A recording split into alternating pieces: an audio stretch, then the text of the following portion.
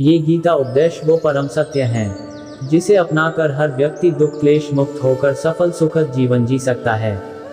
इस वीडियो में गीता की 15 ऐसी बातें बताई गई हैं जिसके ज्ञान की जरूरत हर व्यक्ति को पड़ती है। मनुष्य का संघर्ष जितना बाहरी होता है उतना ही आंतरिक भी चलता रहता है। सोच और कर्म का संतुलन ही सफल जीवन का मंत्र है। सही गलत और उचित निर्णय की दुविधा में फंसे व्यक्ति को गीता के इन उपदेश से मानसिक संबल और धैर्य मिलता है। नंबर 1, विश्वास की ताकत। तुम अपने विश्वासों की उपज हो। तुम जिस चीज में विश्वास करते हो तुम वही बन जाते हो। जो स्वयं पर विश्वास करते हुए लक्ष्य की ओर बढ़ते रहते हैं उन्हें सफलता जरूर मिलती है। अगर व्यक्ति अपने लक्ष्य के लिए कर्म में पूरे मन से लग जाता है और उसे कर्म करने से खुशी मिलती है तो सफलता उससे दूर नहीं। नंबर 2, मृत्यु से भय व्यर्थ है। हर व्यक्ति के मन में मृत्यु का भय होता है। इस संसार का जब से निर्माण हुआ है तब से जन्म मृत्यु का चक्र चलता आ रहा है। ये प्रकृति का नियम है। इस सत्य को स्वीकार करके भयमुक्त होकर आज में जीना चाहिए। किसी को भी आने वाले पल के बारे में कुछ नहीं पता होता, लेकिन इस संशय में भयभीत रहने से जीवन नहीं जिया जा सकता। नंबर 3, कर्म सबसे ऊपर आता है। श्री कृष्ण अर्जुन से कहते हैं कि व्यक्ति कर्म करने के लिए ही पैदा हुआ है और बिना कर्म किए कोई रह नहीं सकता। फल की चिंता करना व्यर्थ है क्योंकि इससे मनुष्य का मन काम से भटकने लगता है। किसी कर्म से सफलता नहीं मिलती तो क्या हुआ, असफलता भी ज्ञान के द्वार खोलती है। अगर बिना फल की चिंता किए कर्म करते रहोगे तो सफलता और मन की शांति जीवन भर तुम्हारा साथ नहीं छोड़ेगी। जो कर्मफल से विरक्त होकर कर्म करता जाता है उसका आध्यात्मिक ज्ञान बढ़ता जाता है। नंबर 4, हमेशा स्वार्थी होना गलत है। जो व्यक्ति हमेशा स्वार्थ प्रेरित होकर फल की चिंता करते हुए कर्म करते हैं और सिर्फ फल ही उन्हें कर्म करने को प्रेरित करता है, ऐसे लोग दुखी और बेचैन रहते हैं क्योंकि उनका दिमाग हमेशा इसी उलझन में फंसा रहता है कि उन्हें क्या फल मिलेगा।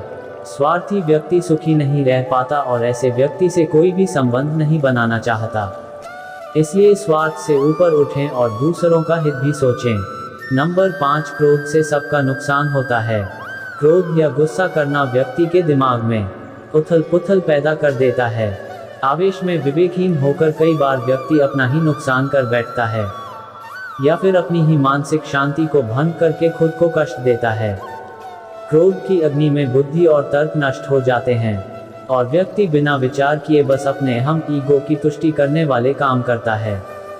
गुस्सा व्यक्ति की विचार शक्ति को पंगु बना देता है और भ्रम पैदा करता है।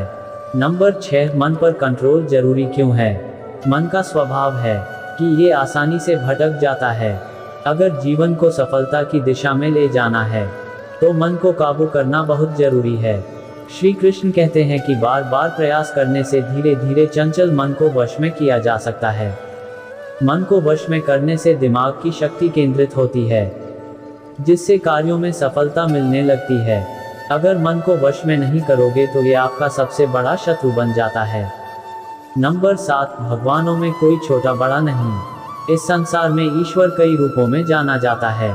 इनमें से कोई भी रूप बड़ा छोटा नहीं है। परमात्मा का हर रूप समान है। जैसे हर नदी अंत में सागर में जाकर मिलती है वैसे ही हर धर्म मत और संप्रदाय की धाराएं परमात्मा रूपी समुद्र में समा जाती हैं। ये संसार परमपिता का ही स्वरूप है। वो हर कण में विद्यमान है। नंबर 8, कर्तव्य पालन जरूरी है। भगवान श्री कृष्ण उपदेश देते हैं कि हर व्यक्ति को अपने कर्तव्य का पालन करना चाहिए। यही धर्म है। अगर अपने कर्तव्य का पालन नहीं किया जाता है तो मन में अशांति और दुख प्राप्त होता है। अपनी पसंद नापसंद मोह बैर को किनारे रखकर अपना कर्तव्य करो। किसी अन्य व्यक्ति का कर्म आपको कितना भी आकर्षित करे उसके प्रलोभन में न आए। कष्ट में रहते हुए भी अपना कर्म करना दूसरे की नकल करने से श्रेष्ठ है क्योंकि कर्म करना अकर्मण्यता से हमेशा बेहतर है। कर्तव्य में दोष देखकर पीछे न हटें क्योंकि हर कर्म में कोई न कोई छोटा बड़ा दोष हो सकता है। जैसे अग्नि के साथ धुआं भी होता है। सदैव कर्म करो। कर्म करने से पहले विचार करो, लेकिन बहुत ज्यादा विश्लेषण मत करो। अधिक विश्लेषण संशय और अकर्मण्यता पैदा करता है। नंबर 9, ध्यान करने से परमात्मा को अनुभव किया जा सकता है। श्री कृष्ण कहते हैं कि शारीरिक कर्म से ज्ञान का मार्ग उच्च है और ज्ञान मार्ग से भी ऊपर ध्यान मार्ग है। ध्यान मार्ग पर बढ़ने से ईश्वर को अनुभव किया जा सकता है। जो व्यक्ति मन और इंद्रियों को शांत करके पूर्ण विश्वास से अपना ध्यान भगवान में लगाता है, उसे ईश्वर का ज्ञान और अस्तित्व अवश्य अनुभव होता है। जो हर जगह हर जीव मनुष्य में ईश्वर को देखता है, सबके हित में लगा रहता है, उस पर परमपिता अवश्य कृपा करते हैं। ज्ञान मार्ग हो या भक्ति मार्ग, समर्पण प्रेम विश्वास ही आपको ईश्वर के प्रकाश की ओर ले जाता है। भगवान की पूजा बहुत से लोग करते हैं, लेकिन उनको शांति क्यों नहीं मिलती? क्योंकि भगवान आपके मन में निवास करता है, उसे पता है कि आपका भाव क्या है। नंबर 10, अधिक शक करने वाला कभी खुश नहीं रह सकता। श्री कृष्ण गीता में कहते हैं कि संशय शक करने वाले का विनाश हो जाता है, इसलिए संदेह करने से बचें। अधिक संदेह करने से मन की शांति भंग हो जाती है और व्यक्ति भ्रमित होकर अपने संबंधों को नष्ट कर डालता है।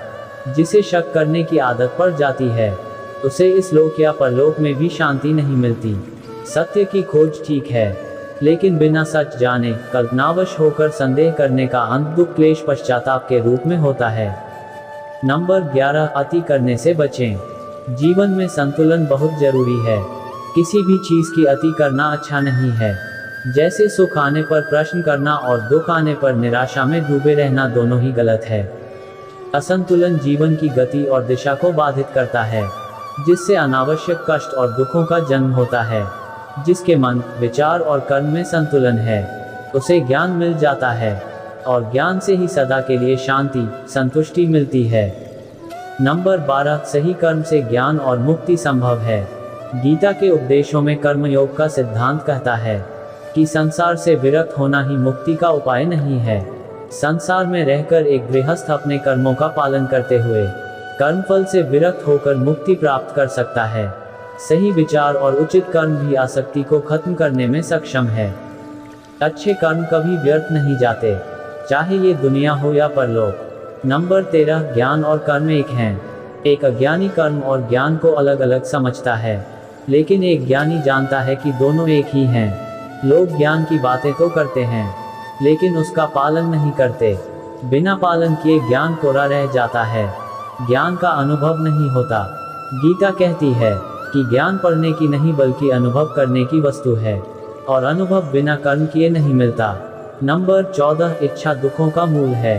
इस संसार में जितनी भी चीजें सांसारिक सुख की श्रेणी में आती हैं, उनकी एक शुरुआत और अंत जरूर होता है।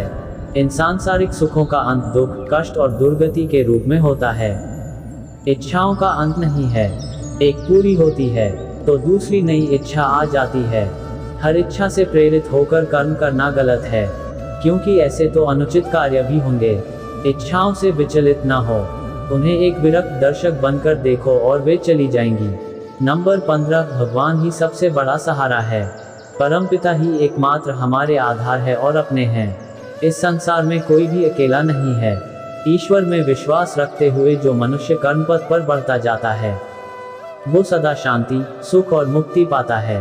भूत और भविष्य की चिंता करना व्यर्थ है, वर्तमान ही सत्य है। जो भी पूर्ण समर्पण से ईश्वर की शरण में आता है, परमात्मा